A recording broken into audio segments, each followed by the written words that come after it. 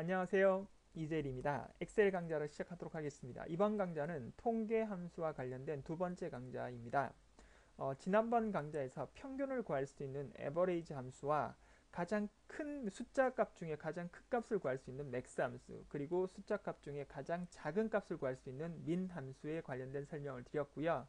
그리고 가장 큰 수와 가장 작은 수가 아닌 사용자가 원하는 지정 번째의 큰 값을 구할 수 있는 라지 함수와 그 다음에 사용자가 지정하는 그 n 번째 그 작은 수를 구할 수 있는 스몰 함수에 관련된 설명을 드렸습니다. 자, 이번 강좌에서는 숫자가 들어있는 셀의 개수를 셀 수 있는 그런 함수인 카운트 함수에 관련된 설명을 드려보도록 하겠습니다. 여러분들이 그 시트 탭 중에 카운트 함수 탭을 열어주시고 난 다음에 이렇게 형식과 그 다음에 제가 타이핑을 써드린 그 글을 한번 보시면 되겠습니다. 형식은 카운트 가로 여시고 인수 1과 인수 2, 즉 다시 말하면 범위를 잡아주시면 되겠고요. 그 범위 내에서 숫자가 있는 셀의 개수를 구하는 함수가 카운트 함수다, 이렇게 설명을 드릴 수가 있겠습니다. 그런데 그 인수는 이 1개에서부터 30개까지 마찬가지 사용할 수 있다, 이렇게 보시면 되겠습니다. 그런데 이 카운트 함수는 반드시 숫자 개수만 셀 수 있다. 자, 그러면 논리값이나 텍스트 또는 오류값도 포함해서 셀 수 있는 것은 카운타라고 해서 t 사이 뒤에 a가 붙는 함수가 되겠죠. 그래서 숫자와 그 다음에 문자값 또는 논리값 모든 개수를 다 셀 수 있는 것이 카운트 함수, 그 중에 또는 숫자값만 구할 수 있는 것은 카운트 함수다, 이렇게 보시면 되겠습니다. 그러면 실제로 여기 있는 자료 1번과 2번, 3번에 나와 있는 이 셀들의 값들을 이용해서 실제로 숫자를 몇 개씩 인쇄할 수 있는지 한번 구현을 하면서 여러분들이 카운트 함수를 이해할 수 있도록 한번 해보도록 하겠습니다. 는을 붙이시고요. count 가로 여시고 지정 번째 B의 몇 포인트요? B의 5포인트에서부터 그 다음에 D의 몇 포인트, 5포인트까지 범위를 잡아주시면 되겠습니다. 그리고 가로 닫고 엔터를 쳐주시면 되겠습니다. 그러면 카운트 값이 2라고 나와 있는 부분이 되겠죠. 그런데 어떻게 여러분들이 생각하실 때 여러분 이 2012년 3월 10일이라는 값은 반드시 이것은 숫자 값이 아니라 무슨 값이다. 이거는 우리가 엄연히 날짜라고 인식을 하고 있는 부분이라고 보실 수 있잖아요. 근데 이 날짜 값은 실제로 여러분들이 제가 좀 다르게 보여드리도록 하겠습니다. 2012년 그냥 03월, 그죠?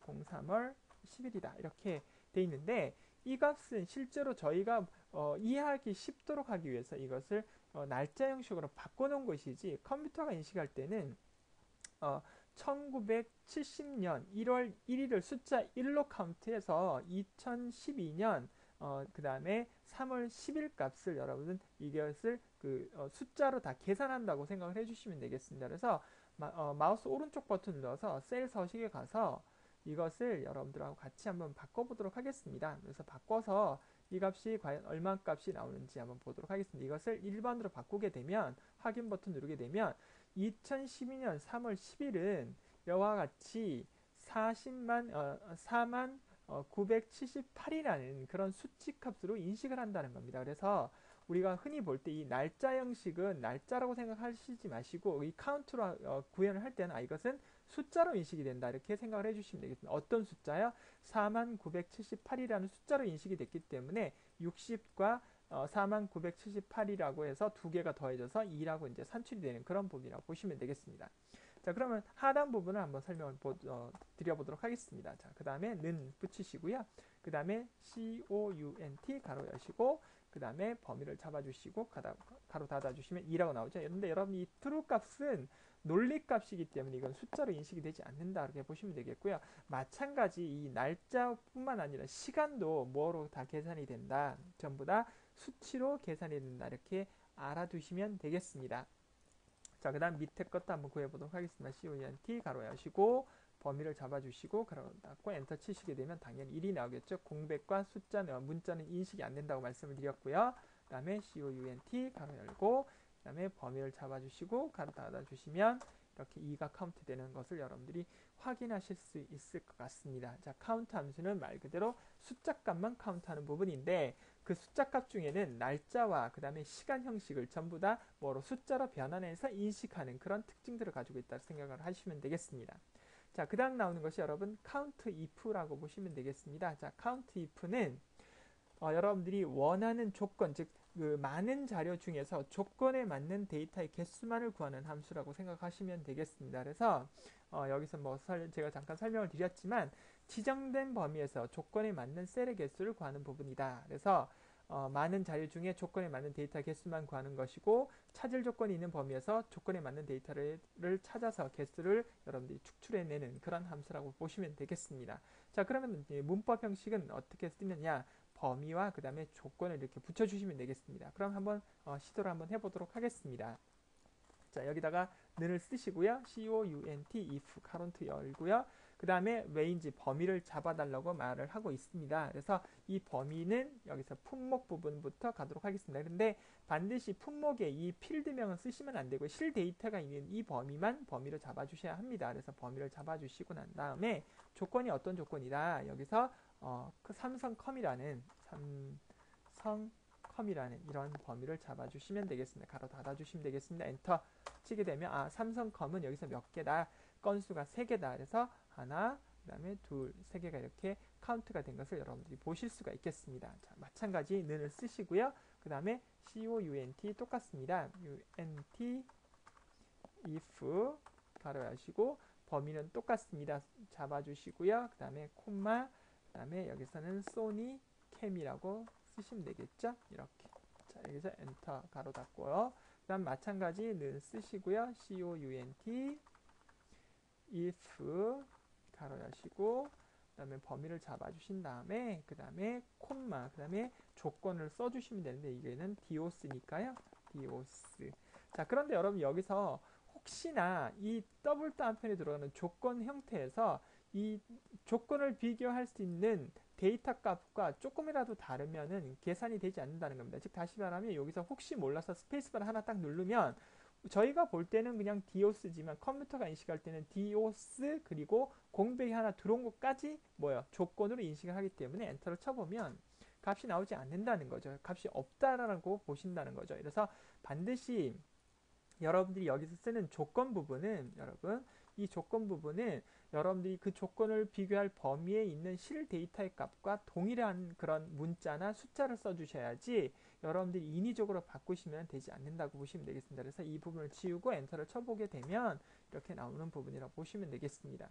자, 그러면 이번에는 여러분 이 금액 중에 예를 들어서 어떤 조건을 걸 수 있냐면 지정 금액 중에 판매 금액 중에 이것이 판매 금액이라고 생각을 해주시면 되잖아요. 그래서 이 판매 금액 중에 예를 들어서 2천을 넘어가는 그런 개수가 몇 개 있는지를 한번 구해보도록 하겠습니다. 자, 그럴 때는 는 쓰시고요.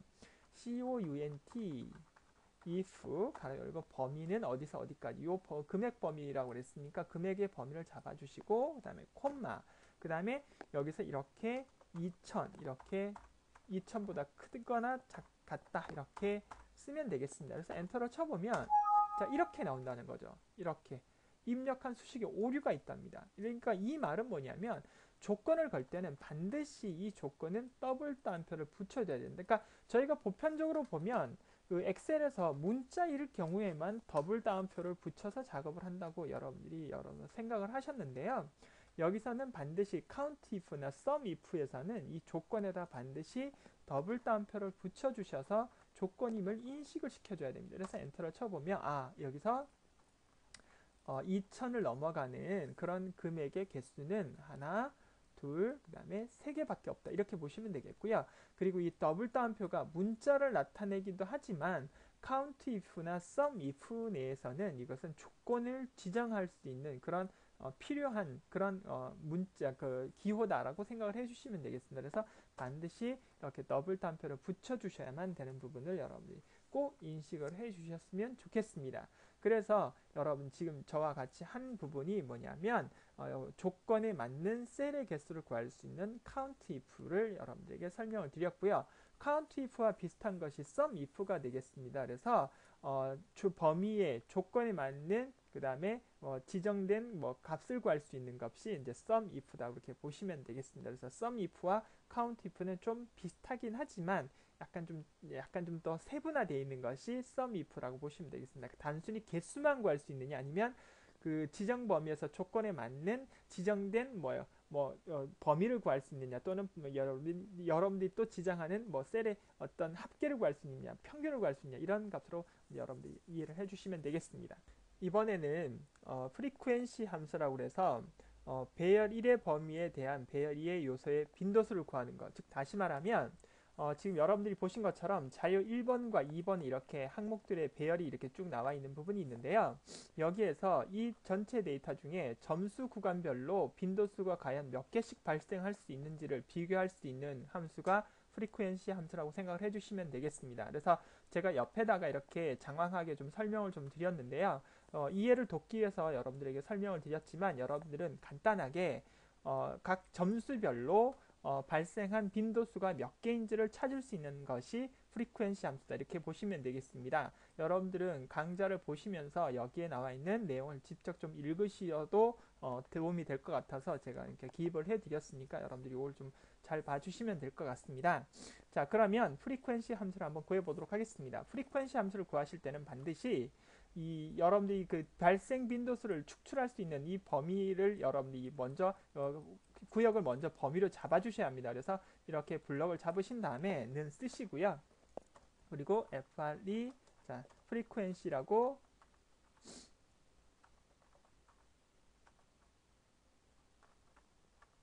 그리고 난 다음에 데이터 첫 번째 배열 부분은 자료 1번의 범위를 이렇게 잡아주시면 되겠습니다. 자료 1번의 범위를 잡아주시고요. 그 다음에 콤마, 그 다음에 점수 구간별 발생 빈도를 구하는 거기 때문에 배열 두 번째 값은 반드시 점수 구간을 나타내고 있는 이 배열을 잡아주셔야 합니다. 그래서 범위를 잡아주셔도 좋고, 키보드로 F4에서부터 F13 포인트까지 이렇게 잡아주신 다음에 여기서 엔터를 치시면 되지 않고요. 컨트롤 시프트 엔터를 반드시 눌러서 이렇게 해주셔야 빈도수가 나온다고 보시면 되겠습니다. 자, 그런데 여기서 주의하실 점은 10이라고 나와 있는데, 이것은 여러분 1에서부터 9까지의 범위력을 나타내 주시면 됩니다. 그래서 8이 하나 들어왔다고 보시면 되겠고요. 그리고 여기 보시면 50 범위가 이제 여기 보시면 2라고 나와 있는데, 여기서 실제로 50이 아니라 41에서부터 59까지 이렇게 나온 것, 이렇게 보시면 되겠습니다. 그래서 49까지 나타낸다고 보시면 되겠습니다. 또는 40에서 이렇게 40 단위라고 보시면 되겠습니다. 그래서 보시면 45와 42 범위가 여기에 들어간다고 보시면 되겠고요. 그 다음에 60 점수 구간은 결과적으로 51에서 60까지 나오는 범위라고 보시면 되는데, 그것이 이제 58이 이렇게 들어온다고 보시면 되겠습니다. 마찬가지 90 단위가 나와 있는데, 이것은 88과 그 다음에 83의 값의 빈도수가 이렇게 들어간다고 보시면 되겠고요. 91에서부터 100까지 나오는 함수가 이제 결과적으로 보면 98이 나와 있는 이 빈도수가 이렇게 들어온다고 보시면 되겠습니다. 이것이 프리퀘ን시 값에서 구할 수 있는 범위다 보시면 되겠습니다. 자, 그러면 밑에 것도 한번, 옆에 것도 한번 구해볼까요? 자료 2번의 빈도수를 한번 구해보도록 하겠습니다. 마찬가지 범위를 잡아주시고 는 써주시고, 자 FRE QUENCY 그런 다음에 범위를 또 잡아주시고요. 그 다음에 자료 2번이니까 C4포인트에서부터 C13포인트, 그 다음에 콤마, 그 다음에 점수 구간은 그대로 범위를 잡아주시고, 그 다음에 컨트롤 시프트 엔터를 쳐주셔서 범위 빈도수를 구해주시면 되겠고요. 자, 자료 3번도 마찬가지입니다. 마찬가지 범위를 반드시 이렇게 잡아주셔야 되겠죠. 그 다음에 자 FREQUENCY, 그 다음에 프리퀘ን시 그런 다음에 범위를 잡아주시고, 자료 3번의 범위를 잡아주시고, 그 다음에 콤마, 그 다음에 점수 구간을 나타내고 난 다음에 가로 닫고, 그 다음에 컨트롤 시프트 엔터를 쳐주셔서 이렇게 발생 빈도수를 여러분들이 구해내셔야 되는 부분을 여러분들에게 설명을 드렸습니다. 자, 통계함수 두 번째 강좌였었는데요. 여기서 이제 제가 여러분들에게 설명드렸던 것은 숫자 카운트를 셀 수 있는 카운트 함수와, 그 다음에 여러분들에게 설명을 드렸던 부분이 이제 count if 함수, 그 다음에 frequency 함수에 관련된 설명을 드렸습니다. 자, 이번 시간은 여기서 마무리를 하도록 하겠습니다. 수고하셨습니다.